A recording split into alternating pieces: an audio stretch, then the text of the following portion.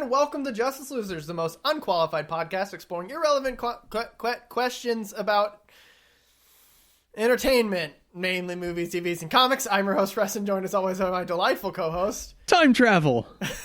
Wait, I traveled too far in the future. No! That was dumb. I like it, but I hate it. Matt, that's me. What should people do? Like, subscribe, tell a friend, check out our Instagram highlights. That's at Just Us Losers Pod. What a cluster it already is. This is a great start, isn't it? Matt. Preston. Time travel is in a lot of things. Yeah. Like a lot of it's done in a lot of really interesting things. I want to talk about time travel today. So basically, there are two ways that time travel works in movies that I have found, or shows, or whatever. Okay. And it's how time is, like what time is, basically. Mm-hmm. There's static and there's fluid time travel. Okay. Or time in general. Static time is the principle that whatever you do in the past has already happened. Okay. There's a caveat, or there's a split off from that, ironically, of creating timelines, which is what Avengers does, where you go back and do something. You're not changing your future. You're creating a new alternate timeline, which is something we'll develop a little bit more next week when we talk about alternate timelines and stuff like that. But that's something that's important to add to the static. It's not that this has already happened. It's that you are not changing your future. You are now in a new future that is also static. The other one is fluid. And the fluid is the one that's really interesting and has a lot of... The fluid one is the one that gets complicated. Despite how complicated and how finicky it can get with rules, people still use it a lot. Right. The primary example is Back to the Future, where he goes back, and the moment he starts ruining what's happening in the timeline, he starts to disappear. Right. So everything he does has an effect on the future. I guess kind of what I wanted to talk about today is, one, start off very subjectively. Which one do you prefer? Like, which one do you find more interesting? Again, given the caveat that we've done before, where assuming everything is done as well as each other. Right. Which one do you find more interesting? I think it probably depends on my mood a little bit. Okay. If I'm feeling kind of fatalistic, I guess, almost. I completely see that. Yeah. I'll go for that static time. I have where anything you do, like no freedom of free will or whatever, everything is predetermined. Yeah. I like the idea of things are kind of locked in, and it's you can fight against the natural order of the world, but you don't have much power. Yeah. If I'm in a fatalistic mood. Right. If I'm in kind of I want to have fun, entertain me kind of mood, then I want to see something where there's some effects and people's decisions have consequences. Because one of the things that I find really interesting is with fluid, anything you do affects the future. In static, anything you do has already happened. Right. What happens if you kill your past self in a static timeline? Divide by 0. I literally gave myself chills on that. Like I just thought about that, and I was like, because that's nuts. That you could not have died in the past to be alive in the future, and therefore you are creating a static timeline that is now fluid. That is nuts to me. You can't do it. If you're in a static timeline. Oh no, I guess that's true, because anything that you do has already been attempted. So you trying to kill would always be thwarted. If you sit there and you put a gun to your own past self's temple and pull the trigger, the gun jams. Or like whatever an eagle happens, swoops down and grabs it. Exactly. Yeah. I guess that is that. Okay. Dang it. That's an interesting premise that it's a static timeline, and they know it's a static, like it's set in the future, and it's people who can go back and they know it's static time. So, like I guess there would be some time agency that's just like, I mean, we just kind of keep an eye on it, but the authority for the variance of time. Yeah, that'd be a good name for it. Yeah. But it's, I mean, how would that story be interestingly told if people know that their time is static? Anything they do, why would they ever go back and do anything? But then there's this one person who's just like, I want to break the universe, I'm gonna go kill myself, and like, and he just can't or like, I don't know. Yeah, I mean, I could see a really interesting story where it's more of an espionage kind of thing, where you can't affect the past, but you can glean information from it. For the future. Yeah. So you're not changing the future, but like you can, like, let's say Tommy McSpy has always, like, from 400 years in the future, was always standing right there in the corner of that room listening. Right. But that information is not going to be useful until 400 years in the future. And that guy's individual future, like from where he is alive. Yeah. That'd be really interesting. I've always found fluid timelines more interesting because it's got a lot higher stakes, and it's, despite the fact that it has more rules and it can break the rules, if it's done well, it can, the plot writes itself essentially. Like everything you do has an effect that you need to be careful with it. I think one of the reasons I'm not a huge fan of Back to the Future is because sometimes things affect things and sometimes they don't. Like, it's, I guess unless it's explained that there is some sort of like self-correcting in time, there's a bend in time that you can push it a little bit, but I mean, stepping on an ant isn't actually really going to do anything. Like, stepping on that butterfly isn't actually going to do anything because, like, it's just, it's small enough. Yeah. But shooting a person is going to, because they have giant ramifications on other people's lives. And I think that Back to the Future feels like they do things that didn't happen, that should have happened. But then also, like, when George punches Biff and stops him from Biff's Biff. Biff's Biff gets baffed in the Biff. He then in the future is changed it a little bit, but only like a little bit.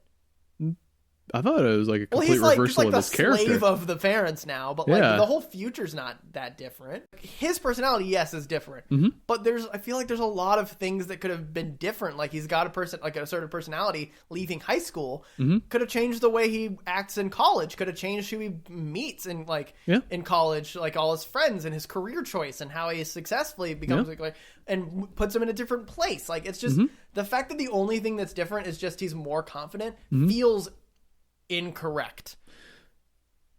Yeah, I mean, something that big in their lives, like that big of a difference, really only changes the fact that he's just has Biff as a slave. Yeah, I don't know, I've always just found it more interesting but more risky to do a fluid, because looking at the static timeline, I've always had a problem with Harry Potter doing like that time thing. Like, it's. Yeah, I mean, if you're going to do a static timeline and you're going to do it like that, where it is a very self-contained period of time, you have to wrap things up in such a tight, neat little bow that there's just a little bit too much cleverness involved almost. Like, what happens if, it's the static timeline, if a person knows that a good example is Hermione saw herself, which means she knows that she's going to do that in the future, and she knows where she's going to be and stuff like that. I feel like that alters what actually happened, but it doesn't, because the whole thing, she's got the rules like, don't be seen by yourself. She saw herself. It didn't actually do anything. Therefore, the rule was set up and then violated and then no consequence.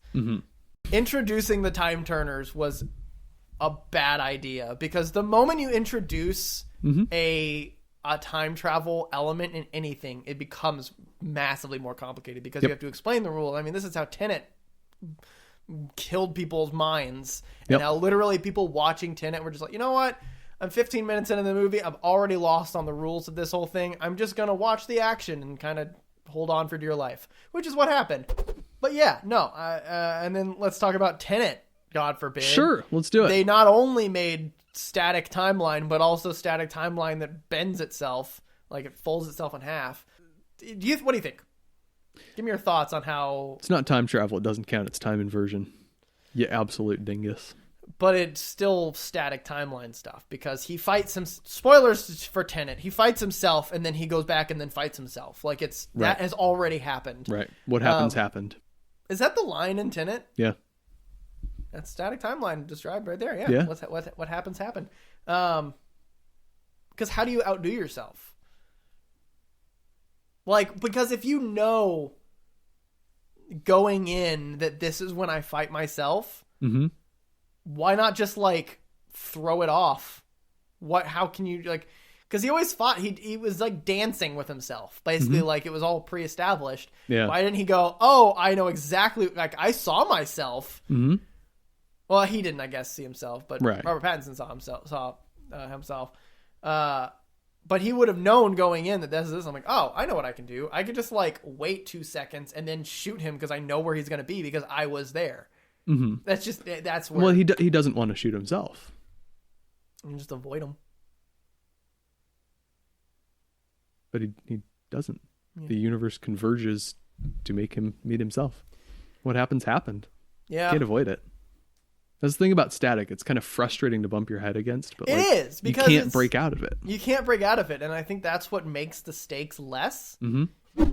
I mean, I don't have a whole lot more to talk about with time travel. Okay. I just wanted to talk about like what movies do with them and who did it the best. Who feels the best when it comes to how it was done.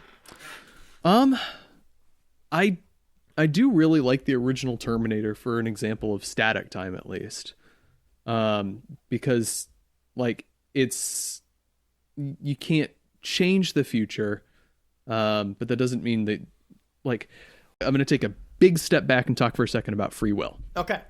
We're getting philosophical in this shit. Let's keep it a little more scientific here. All right. Scientifically, you don't really have free will. Right. This is a thing that I also believe. Like, there are experiments that can demonstrate, and I'm not going to explain in too much detail kind of how they work because I partly don't remember. Right. But effectively, you perceive that you have free will, but you don't really. Right. But the perception of having free will means that you have choice and you have agency and you're going to do things. Mm-hmm. The things that are going to happen, what happens will have happened. Right. It's kind of the same thing with a static time. The characters perceive that they have free will, but it puts them back on these rails. Yeah. And Terminator is a great example of that, where they realize they think they're changing things, but they're doing things the exact way. And the surprises that come along the way are surprises for the audience. Right. And the character developments, we know how the story, the players are going to be set at the end, but we need to follow how the characters get there. And it's the journey. It's not the destination. But the problem, I think, that the longer you develop or you stay in static timeline, the more it's going to become fluid, because the more it's people becoming aware of what's going on. Mm-hmm. If I went back to 10 years ago and I did something and I came back and realized that I had always done that all along, I find whatever evidence that I'd already done that, then I go, oh, it's a static timeline. Dr. Manhattan. Okay. What about him? He explicitly describes himself. So he does not perceive time in a linear fashion. He perceives all time at once. He's the next dimension. He's what my perception of the next dimension would be, is where you can observe the entire timeline all at once. Yeah, you're kind of in two-dimensional time, sort of. So Dr. Manhattan he describes himself as a puppet that can see the strings. He exists outside of linear time in the sense that he can see his entire past, present, and future all at once. Right. I don't think it's separate timelines for him. He sees the one timeline that he exists in, but he sees the whole thing all at once. Yeah. A cool analogy I've heard for something like this is, if you or I were just sitting there on the ground level, we're watching a parade go by, and we see, okay, here comes the first float, and here comes the high school marching band, and here comes Ferris Bueller singing a song randomly. But if you're in a hot air balloon floating above the parade, you see the whole parade all at once. You see its beginning, its middle, and end. Yeah. Dr. Manhattan is in the hot air balloon. So, but he doesn't change time. He just experiences all at the same time. Right. So this goes back to the free will thing. He loses the perception of free will because he sees what his past, present, and future actions will be. So he might want to act in some way that would change the future. Or have some effect or something, but he can't. He's set on the rails he's set on. Right. And that's kind of the thing I think with static time is you want to change it and you want to try to find ways to change it, but your free will breaks down because you're stuck in this static timeline. Well, I think we have talked thoroughly about time and timelines and stuff, and hope we did justice and didn't just take tangents that people didn't care about. This is Matt from the future. I'm here to tell you, all those tangents you took, they were stupid and people hated them. Shouldn't have done it. Yep. Thanks. This is Matt from the past. I appreciate the heads up. Wish you could have told us an hour ago so we could have done the episode differently. Yeah, just don't do this episode. Hey everyone, Matt here. Hope you've been enjoying this video. If you want to hear the fuller version of this discussion, you can find that on our audio-only podcast. That's going to be wherever you listen to your podcasts, be it SoundCloud or Spotify or iTunes or iHeartRadio. Appreciate you watching this far, and we hope you listen on further.